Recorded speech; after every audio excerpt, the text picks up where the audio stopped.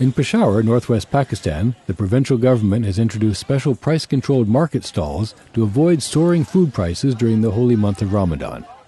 Prices traditionally spike during Ramadan when observant Muslims prepare special evening meals to break their daytime fasts.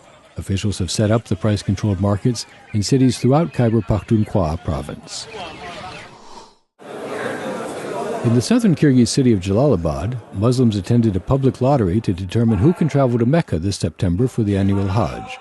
This is the first year that applicants to go on the Hajj have been chosen by lottery in Kyrgyzstan. Many people in the Jalalabad region have complained that the computer-guided selection process is not transparent.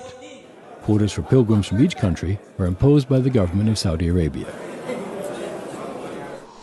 Stability can only be reached in the Afghan capital Kabul, EU election observers welcomed a decision by Afghanistan's Independent Election Commission to postpone announcing the results of last month's presidential runoff vote.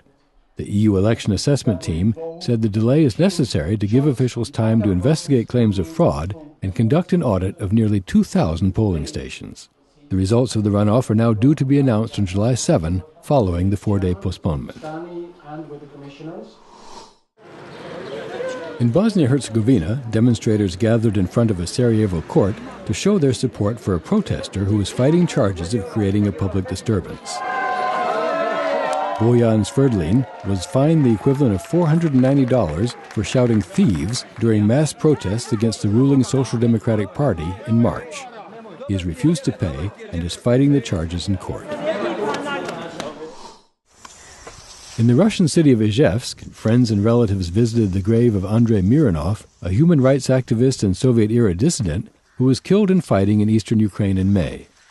The mourners were marking the 40th day since Mironov's death, in keeping with Orthodox Christian tradition.